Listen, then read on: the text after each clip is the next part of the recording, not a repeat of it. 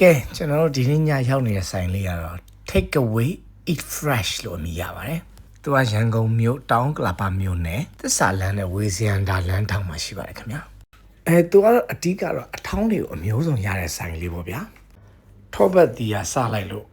နောက်ဆုံး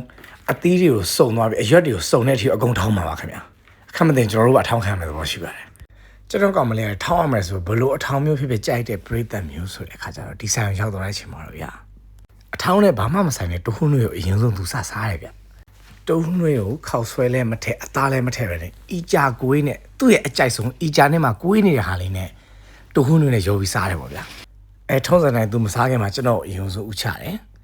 ကျွန်တော်စားပြီးတော့မြည်ကြည့်သွားတဲ့အချိန်မှာကျွန်တော်တို့ကြိုက်တယ်ဗျပြီးသူလည်းအငံမရစားတော့တာပဲအဲ့ဒါနဲ့ကျွန်တော်လည်းအားကြမခံခောက်လျှောက်ဆိုတဲ့ဘာမှမသိတယ်ကျွန်တော်တစ်ခါမှမစားဘူးတဲ့အရာလေးတခုမှားပြီးစားကြည့်ရပေါ့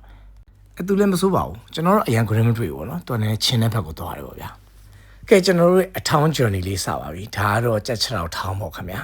သူက level 1 to 10ရှိတယ်ခင်ဗျာကျွန်တော်တို့ကအခု level 3လေးနဲ့စားကြည့်မယ်ပေါ့နော်ကဲကျွန်တော်ဆရာမတော့ level 1 to 10ကို10မှာမှာမေးပဲလုပ်နေသူ့မနဲ့တာရတယ်အခုတော့3လေးနဲ့စားရတဲ့အကြောင်းလေးအဆင်ပြေလားမပြေလားပြောပြအောင်3လောက်နဲ့ပြေးနေပါပြီတန်းဆိုရင်တော်တော်လေးဆက်ပြေးသွားမယ်ထင်တယ် short တွက်မိရတယ်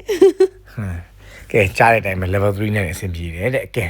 မပြောလို့ရှိရင်တော့သွားစားကြည့်ပေါ့ခင်ဗျာအဲ့ဒါပြီးသွားရင်ကျွန်တော်တို့ဘာမှာလဲဆိုတော့ကြာထောပတ်တီအထောင်းလေးပေါ့ထောပတ်တီအထောင်းလေးကကျွန်တော်တို့တော်တော်အဆင်ပြေဗျ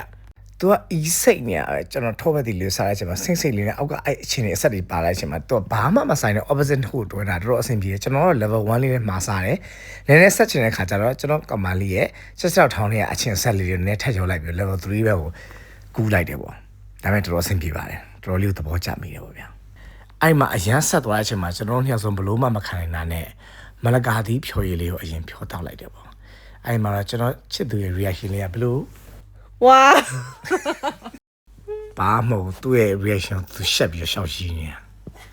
ဒါမှကောင်းတယ်မပြောကောင်းတယ်ချင်တယ်အဲ့နဲ့အဆက်မပြေဘူးဆိုပြီးကျွန်တော်တို့နောက်ဆုံးမဟုတ်လက်ဆောင်လေးကိုမှာတောက်လိုက်ကြတယ်ပေါ့မဟုတ်လက်ဆောင်ကြတော့မှပဲအဆင်ပြေသွားတယ်နော်ဟုတ်လားမဟုတ်လက်ဆောင်ချူတယ်ကောင်းတယ်ကဲဗီဒီယိုလေးရတာပါခင်ဗျာကျွန်တော်တို့ဒီဗီဒီယိုလေးကိုကြည့်ရှုပေးကြတဲ့အတွက်အားလုံးကျေးဇူးအများကြီးတင်ပါတယ်ရှင်